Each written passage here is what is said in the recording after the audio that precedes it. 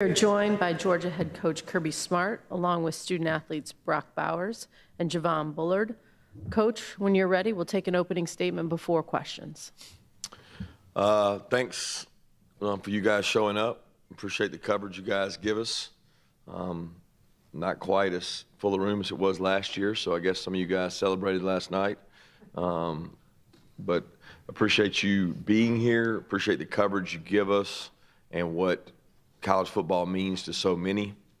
And I appreciate these two young men for what they've meant to our program, and all our fans that spent a lot of money to come out here and celebrate with us and play in a national championship, which is really hard to do. I have a great appreciation for our players, our coaches, our training staff, our support staff. There's just like hundreds of people that sacrificed time away from their family to give us an opportunity to play in an event last night. And a lot of thanks to the CFP for what they put on, and an incredible event, and we certainly appreciate it. We're going to take our first question right down here, very front. Hey, Kirby, Zach Klein from Channel 2 in Atlanta. First thing, Stetson was supposed to be here this morning. How's the young man feeling the day after? And two, a few days ago, you were talking about your season for next year start actually today. Are you going to put that on pause and appreciate what you guys were able to accomplish? Yeah, I mean, I am concerned about our season in next year. I'll be thinking about that the entire flight home and things we can do right now. Like what's important now, right? WIN, that's our motto. And I know people think that's like unheard of, but you actually have to. There'll be time to take off. It's just not today because decisions are imminent. We have several players on our team who stuck it out. Like they didn't have to. They could have said, I'm going in the portal. We had several guys that said, Coach, I'd like to go in the portal. I'm going to go in the portal, but I want to win a national championship. And like that makes me want to cry because they did it for the team over themselves, and that makes me really proud. So, you know, that time is now for them because the portal is a real thing. It's a vehicle to go somewhere else where you can be successful. And we had some guys make sacrifices to do that. So I think that's pretty cool. As far as Stetson, I don't know. I didn't see him, obviously. Take our next question right here on our left in the front. Dennis? Kirby, you said somewhere or another in the run-up to this game that it's human nature just to let down after winning one. You talk about that, and how do you get to 3? Yeah, I really don't want to talk about 3. I mean, that's it's human nature to relax. It's human nature to take the easy route, and I can be as guilty of that as anyone. But it wasn't this team's nature to relax. This team, this wasn't as hard a job as people made it seem because of the people we recruited, not because of talent, but because of what they were like, the DNA inside them. Like these dudes, this team was different. This team was just different. And every time they were backed against the wall, they came out scratching, clawing. Like we had a bad practice, we'd have a great practice. They responded to everything. So the team's like makeup. You know, I didn't talk about this enough last night. Our team GPA was the highest we've ever had in like 15 years at Georgia. Georgia's not easy. Georgia's hard academically. So like when you have people that do well in school, they care about each other. I mean, Georgia's not getting easier academically. You have a chance at success, and these guys bought into that. So like starting to think about the next one, I do think it's going to be much tougher, and I do think we're gonna have to reinvent ourselves next year because you can't just stay the same. And like these two guys up here, like they're coming back, and we have a lot of guys, in my opinion, that are going to come back, and it's easy to get comfortable, and comfortable does not win. Stay down here on the front row to our left. Hey, Kirby, Ralph Russo from the Associated Press, and it's a follow-up to what Dennis just asked. Because you are, trying to build something greater than a one-off championship, than just a championship team, you're trying to build a championship program. Does this season, I don't know, validate the right word, but provide a little bit more proof of concept that you are building, that your vision is really coming true?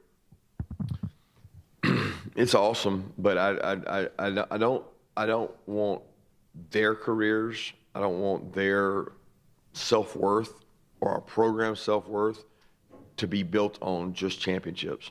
I get it. I get that's what you define, Joe Montana on, Tom Brady on, LeBron and Kobe and Michael Jordan on the number of championships. I don't want these young men to be defined by that. I don't want my career to be defined by that, because I know tons of coaches and players out there that didn't get one that had unbelievable careers. So I never hang a hat or say, you validate. All I want to do is be the best I can be today. And I want these kids to know that they need to be the best they can each and every day so they can be successful. And if you measure success based on wins in each day, that's what I want our success to be measured on. Next question over still to our left or in the middle. Kirby, the question was all week about Darnell. What did you see from him as he was working to Monday night, trying to be able to play, and then the fact he was able to play at all, just what it said about Darnell? Yeah, I think our training staff did a phenomenal job, and they can do the greatest job in the world, but if the player doesn't want to buy into that, then it's probably not going to happen. So he was not able to practice the entire time we were in Athens. We came to LA, he ran with the team and ran decent on the first day we were here, and then he practiced. And we felt like there was going to be a good chance he was going to be able to play. There was no chance of doing any more damage. And Darnell, is a classic guy that came to Georgia with the sole purpose of having an opportunity at the NFL. He wanted to play in the NFL. And by the time he left, he was one of the toughest players we had. Missouri, his shoulder pops out, and he will not come out of the game. I mean, he made 2 probably career-defining catches against Missouri, contested catches with a shoulder that was hurt, and he wouldn't come out. LSU, he gets cut. He's 6'7", and they cut him right at his ankles and shins, nothing worse than that, and he's waving people off. I'm not coming out. Like, I'm pissed off. And to see that growth and see him care about winning the game last night, like he played last night selflessly. Not a lot of throws targeted for Darnell. It was blocking and covering people up. And that part will always hold a special place in my heart for the sacrifices he made for our team. Next question over here, slightly to our right on the aisle. Yeah, Coach Brooks Austin with Dogs Daily. I feel like I watched you guys morph week in and week out. At one point this season, you said there was 0 overlap for 4 weeks defensively. What kind of football intelligence, you talked about the GPA, what kind of football intelligence does it require to have to play at Georgia?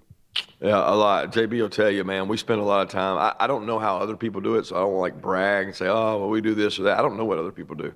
But I do know at our place, we expand the brain. Like we stretch it and we stretch it and we stretch it. And then when you need to stretch it more in the game and change something, they have a comfort level with change. Like he sits in a meeting every day. We make him talk. We make him communicate. We make him take notes because we think that's going to be the difference in the end.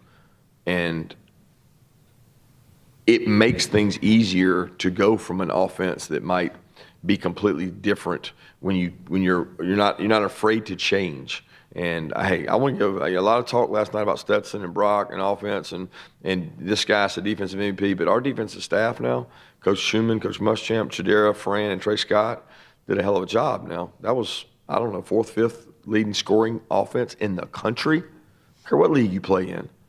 Pretty incredible. Next question over here to our far right on the aisle. Yeah, Kirby, Mike Griffith from AJC DawgNation. Obviously, Brock's had an incredible career. We know about his All-American status, and Stetson's, legacy is probably the best word. You had a couple of former three-star recruits this year in Kenny McIntosh and Ladd McConkey that, you don't see them getting all the All-American honors or the highlights. Can you talk about what those guys meant to the offense this season in terms of leading the team in yards from scrimmage? Yeah, Kenny, man, I can't even believe that he would be considered a 3-star. That's just disgusting to even think about, because this guy's incredible athlete. I mean, his brother played in the NFL. He's got great DNA. He's you know, Kenny is a great example of our program. He came in as a, you know, chubby kid with a great smile, playing behind people, and didn't know how to play on special teams. He left. It's like an alpha leader, and when he spoke, people really listened to Kenny. Like, I've never seen a person will a team to a win like he did in Missouri. You know, the guy was basically running crippled out there against Missouri and pounding people and running the ball. He took over games. I can remember the Florida game after the fumble. I'll never forget the visualization I have of he fumbles, and we say, you know what, we got to come back to Kenny. And he comes back with vengeance, running the ball, just mad.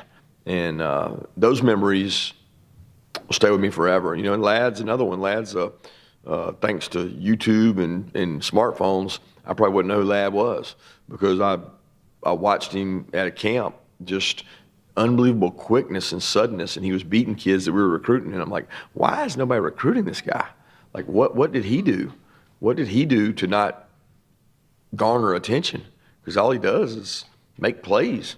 You know, and there's a certain element of, you get a full day's work out of guys like Bull and Brock, man. When they come to practice, we have to slow these two dudes down. Like, hey, slow down. That's how Ladd is. And when you have that kind of culture, it makes success come much easier. Right down here in the very front. Mark Weiser, Athens Banner Herald, for Javon and for Kirby. When you hear the words dynasty with Georgia football, do you think that fits this program now?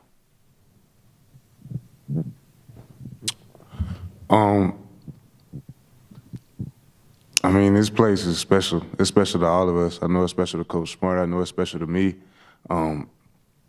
Just growing up as a kid from the state of Georgia and playing for the University of Georgia, it's special. So the word dynasty, I mean, it's something that we're building together, and that was built before us, and it's going to continue to be built after us. So we're just trying to leave our legacy and leave this place in good hands. You know, it's cool is listening to the guys in the locker room. That locker room last night, you know, it's first class, as good a facility as there is. And I mean, it's probably the newest NFL stadium for all I know. And you got Jamari in there, you got N'Kobe in there, you got DK in there, you got Sony in there. There's so many guys that played come back, and they talk about how much they miss it. And I always tell our players, the players think I'm crazy. They're like, oh, whatever, we want to get to the NFL. All you do when you get to the NFL is want to be back in that locker room, because there's never, I don't care what locker room you got in the NFL, there's never that feeling of brotherhood, because the guy across from you is trying to take your job. And in our locker room, it's so different. And to be around that last night, it brings to me that we built something special, because these guys want to come back. They want to talk to the other guys. Monty Rice, I mean, this guy, he sacrificed everything for our program, and unfortunately didn't get a chance to win one. But I tell them all the time, they're part of these, because they created the culture that allows us to win it now. And that's what's special. Right down here in the very front row. Chip Towers, Atlanta Journal-Constitution. For Brock, when did you find out this morning that you were going to be coming here? And for Coach Smart, you're flanked by a couple of sophomores right there. We assume they're coming back, but where are you right now with roster management, kind of knowing? Are you still actively dealing with, hey, he might go in the portal, hey, he may turn pro? Where are you with knowing what you got coming back next year? Yeah, for me, I was coming off the elevator. I saw Coach Smart, and I started walking to go eat some breakfast, and I just got a call, and they said, you're in the bullpen, coming to media. I was like, okay. I mean, Stetson's not going to make it. I was like, I guess I got to go. So, yeah. He's always wanted to be in Stetson's shoes, so now he gets an opportunity. As far as roster management, I mean, it's every day. It's continuous. I mean, we know the juniors coming out, and you mentioned about these guys. They better be coming back, because they can't come out. So they better get ready to go to work, and they're going to be some of the key leaders. But we'll be dealing with it every day. I mean, We've been dealing with it and it's not like it just goes away, guys. I've been dealing with it a week before, the day of. We were dealing with it yesterday. I mean, we have 19 new guys that started classes yesterday. So we deal with it every single day, and it'll continue to be that way. And you respect the process. My saying is you got to be better at the process than everybody else is. You don't have to be perfect. You just have to be better at it than everybody else is. So if you're willing to work at it and have conversations, you manage it the best way you can. Right here in the front on the aisle. Good morning, Jeff Sintel, DawgNation. This is a question for the guys and then Kirby. I guess I want to know, I'm curious about the games that Georgia played that we didn't get to see. Fall camp, when Iron went against Iron, when Javon and Brock were against each other. One, I wanted to know what that was like. And two, Coach, how much is that indicative in your stage in your career where, hey, this is the type of things we do now where we know days like today are possible? Yeah, I mean, I think like during those spring scrimmages and the fall camp scrimmages, I mean, we're going against the offense, going against probably the best defense than all those guys. So that really helps us out in the long run. And I mean, it really makes games almost easier than practice. So definitely helps. As far as like that, let me add some offense used to whoop our butt. Like when fall camp first started, man, offense gave us the business. But like Brock said, competing with those guys, man, knowing that you're going up against some of the best guys in the country, if not the best. Like I said, it gives you a sure amount of confidence going into the season because like you thinking that you already went against the best. So like when you compare it up to other competition, not to knock them down and nothing like that, but it's just like, okay, I went against Ladd at practice. I went against Brock. Like what better can I get from that? Yeah, I love the iron sharpens iron. I told our guys, I mean, every scrimmage we have, I said, you think you can get ready to go play teams in our league? You better get ready to play today. If you're not at your best today, you'll get embarrassed. And you're going against the best defense or offense you'll face. And they respect that. Our guys truly respect that. And those matchups, even I go back to the Ohio State week, Tuesday practice, we're in the indoor, and they were, I mean, I was ready to call practice off. They were going at it. And it was like Jalen Carter came to me and said, hey, can we do a bet, Coach, that we win team run over the offense, and whoever wins doesn't have to run, and the other team has to run. And I'm like, okay, sure, whatever. I mean, I'll go for a game, competition, make it a little fun. I usually don't like motivation tactics like that because it's artificial and you have to simulate it every time. Oh, I thought they were going to kill each other. You know, we had two guys tackle, we injured a back, and I'm like, guys, we're going to cancel practice if y'all keep doing this because they were getting after it. And those are those legendary matchups. I always liken it to the Dream Team when they played. And they talk about how those two teams went at each other, and Jordan took over, and it was like that in our building. And I'm like, if cameras could see these guys go at it, you know, Cedric Van Pran takes so much pride in winning team run, and Jalen Carter takes so much pride in winning team run that there comes a time when you got to call it off. And when you got that, you got something special. Next question on our far right in the back. Hey guys, Roger Manus with Atlanta CW.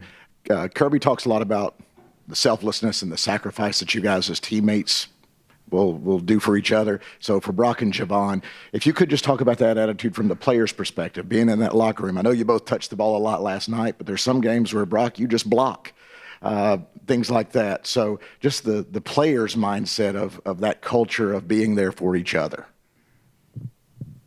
I know, and as far as a defense perspective, you got to just do your job. Not being able to do, not just allowing yourself to do too much. You don't have to be a superstar. This is a help me help you defense. Knowing what you got to do and doing that to your full capability. The prime example that comes to my head is Mark Brackett. Just knowing like, okay, I know Chris Smith filling that alley. I stay inside. Even though I think I could probably make that play, it's not my job to make that play. It's Chris's job to make that play, and it seems to be working out pretty good. So like the selflessness is the team DNA. I feel like it's one of our DNA traits. We got so many selfless guys in that locker room last night, and Sherman had came up to us and he gave a speech last night, and it really touched me because he was just like, even if you're not getting in the game, we still need you. He was like, we still need you. We still need your motivation on the sidelines. He was like, don't hold your head low. He was just like, we still need that motivation. We're playing at a national championship. We all get if one person gets a sack, the whole team gets a sack. So that selflessness is just really what this team is really made of. Yeah, I think it's what he said, just selfishness and just doing your job. Because, I mean, we got so many playmakers on offense that, I mean, everyone's able to touch the ball and make plays. So if it comes down to me blocking somebody from my brother behind me, then, I mean, I'll just do whatever I need to do to get yards, get first downs, get touchdowns, and win the game. Take our next question right down here in the very front. Jeff Schultz of The Athletic. Kirby, obviously the quarterback position has always been about more than just athleticism, but Stetson was the extreme example of that. And you and Todd, I know, both acknowledged that you look the other way too often. I'm just wondering, moving forward, is this going to change the way you evaluate quarterbacks? Are you going to tweak your analysis at all moving forward because of what you just saw?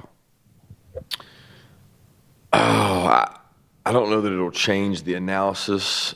I definitely put a heavier weight on mobility because of Stetson. I wouldn't say this year, I mean, it changed for me as he had success. I mean, last year, his mobility was the difference in a lot of games. I mean, having been a defense coordinator in this league, when you can't account for the extra element, the 11th guy in the run game, and it's not even the run game. It's like people pass rush so well now that he's going to have to make a play with his feet. There's a great example last night. I don't know the situation. I don't know if it's first, second quarter. We go empty. They max blitz us. They bring 6 on 5. Everybody does it in college football. We do it, and you can't block one, right? And it reminded me of the Auburn play when Stetson had just taken over. They had a free rusher on him on his outside shoulder. He spins out, beats the guy, and I'm like, who is that? Oh, that's number 13. Well, that's the fast guy. That's D. Winters. He splatters people. So your quarterback just took their defensive coordinator and said, you call the perfect call, and, players make plays. So does it change our criteria? I don't know if it changes the criteria. It definitely puts more weight on mobility, and that's a really important factor. I mean, like a scale of 1 to 10, if Stetson's a 8 mobility, you probably can't win without a 6 or a 7 because you got to have somebody that can step out of the way and avoid things in his athleticism. But it's rare to find the athleticism, mobility, but the mental capacity to handle the volume of offense, which that's what makes Stetson unique. Take our next question to our left in the middle. Jordan Hill, Dogs 247. Question for Javon. Obviously, you guys on defense are losing some talent to the NFL, but what stands out to you about the guys that are coming back on defense in 2023? We're a young group. We knew that coming into this year, but just those guys that, let me speak on those guys that are leaving, just a special group of guys. I know a guy that touched me is Chris. I'm going to miss Chris. Chris is like a brother to me on and off the field. Jalen Carter, like I'm going to miss JC. But speaking on those guys that are still there, we still got a season to play. It's college football. Those guys came in, they did their thing. They left with a great legacy, and they left with a lot of pride. And we thank them for that, and we love them. But like I said, we still got to play football. And the guys that are coming back are going to be ready to work here come next season. Take our next question from the camera platform. Brandon Adams from DawgNation. This question's for Kirby. You talked about Ladd's story a little earlier. Javon, maybe somewhat similar. In the recruiting process, how important is that scouting part of this? The ability to maybe see what other programs have missed in terms of some of the success stories that you have on this team this year and really throughout your entire time here as Georgia coach? Yeah, I don't think anybody's got it figured out. I certainly don't think we have a secret sauce for identifying players. We all watch the same tape. The problem is I've come to the conclusion there's very minimal difference between player A and player B if they're both starting, both playing, and they're both getting recruited by SEC schools. There's minimal difference. The difference is in the hardwiring of that player. And I don't know, we all talk about it. We all say, well, I want the right guy. I want intangibles. I want him to have this and that and this and that. Like, the difference in these two is they hate to lose. Like, these guys hate to lose against each other day in and day out. And I've started saying, you know what? you're going to sign 3D tackles, you're going to sign 5 DBs, you're going to sign 2 tight ends, you're going to sign a quarter. Sign the ones that can't stand losing. And, the ability part is important. It's not to be diminished, but sign the right mental makeup and get people that can develop. And how do you measure that, right? Like you can't measure that just on a phone conversation. These 2 guys were Zoom babies. They Zoomed. And this guy sent in 100 videos. We've heard about his videos, but Coach Monken Zoomed with him and his coach to sell his coach on how we could use him to make him believe that, I can be a part of a offense that hadn't used the tight end that way. And so he had to sit on a Zoom, and I'm like, if they'll sit on a Zoom during COVID, they'll probably be successful, because most people won't do that. In recruiting, kids are like, I'm not sitting on a Zoom and talking about that. Well, this guy was sending in videos out in his backyard. He's got a military background. And when you got a military background, you probably got some toughness and some makeup about you that makes you the right way. And we've been fortunate to make some good decisions on kids that, maybe other programs didn't value their intangibles enough. Take our next question to our slight left in the middle. Yeah, Connor Riley, DawgNation. This is for Kirby. Nolan Smith was obviously pretty emotional last night. What makes your relationship with him unique, and what does it say about him that his voice was still just as loud when he wasn't playing for this team as it was when he was? Well, my relationship with Nolan is unique because Nolan had a commitment to Georgia that was unlike many others. Okay, he was highly touted, considered one of the best players in the country, debatable always, but he committed to Georgia at an early stage in his career, and he stayed committed. And Nolan's one of those rare guys that saw the value in being from Georgia, committing to Georgia, never wavering from Georgia, and leading the class. It reminds me of Richard LeCount, where he just said, you know what, I'm coming, that's where I'm going, and I'm going to affect others. And he never veered from that. He has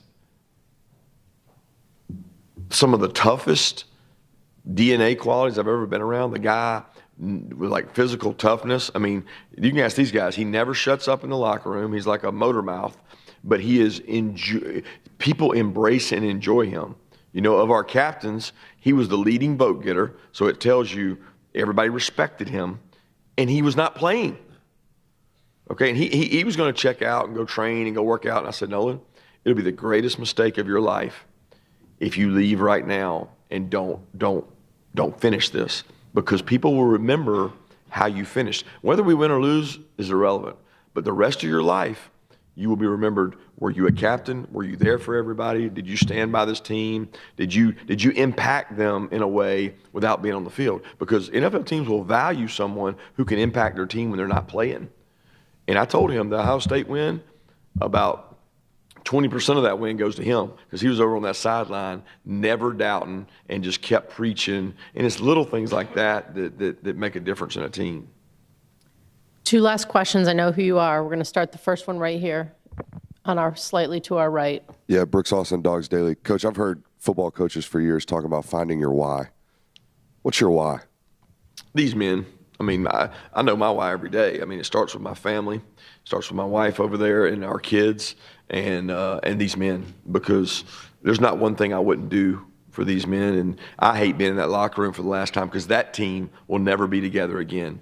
And Coach Rick always touched me when he talked about Paul Oliver, and he talked about, this is a young man that ended up losing his life because he felt like he didn't have somewhere to turn, and his career was over, and he felt like he was defined by football. And these guys play football, but that's not who they are. And I think life's a whole lot bigger, and it's a lot more important to me that I'm a good father and husband than I am a coach. And I tell my wife, I texted her last night before the game, I said, I feel like I haven't been as good a husband and father as I can be, because I spend so much time doing this. And you know what? These men are why I do it. And I do it for them because I want them to be successful, and I want the University of Georgia to have impacted their life like it did mine. Last question right here, slightly to our left. Seth Emerson at The Athletic. This is for Javon and Kirby, because you're both from Georgia. Sorry, Brock. Do you all have an appreciation level for Georgia being in this position, two-time defending champions, after years of people wondering whether Georgia would ever get back to this point?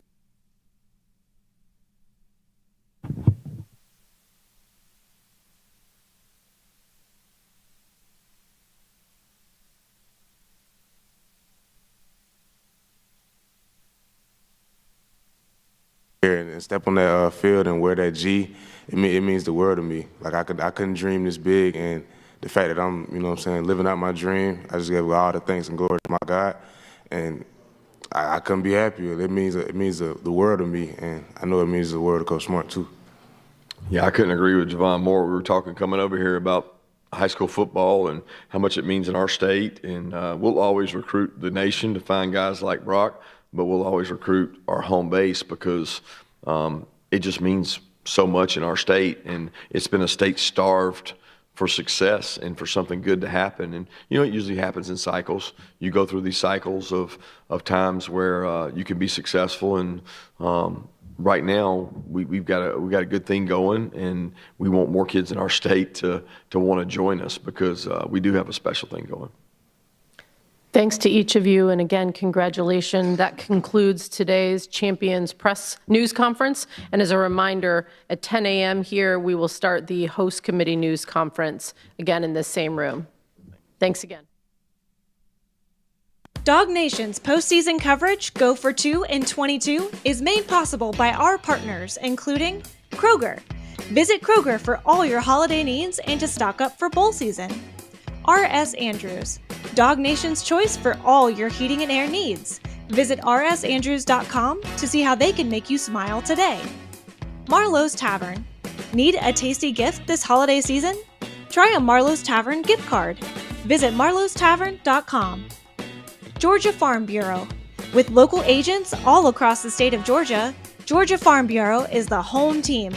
Find your agent today at gfbinsurance.com. Discover Dunwoody. Stay at one of our 9 hotels and enjoy easy access to 2 MARTA stations, which is just a short ride to downtown. Visit discoverdunwoody.com/DawgNation to book your stay today. Royal Caribbean. Reserve your cabin on the 2nd annual cruise with DawgNation in April. Visit royaldogs.com to reserve your cabin today. The Wilson PC Personal Injury Attorneys. Because Atlanta happens from out of nowhere. When the unexpected happens to you, visit atlantahappens.com. The 7-6 Apparel Company. The perfect holiday gifts for the hard-to-find person in your family. Visit the76.com to start shopping today. And Berkshire Hathaway Home Services of Georgia. The best time for new beginnings is now. Forever moving you. Visit bhhsgeorgia.com to start your search today.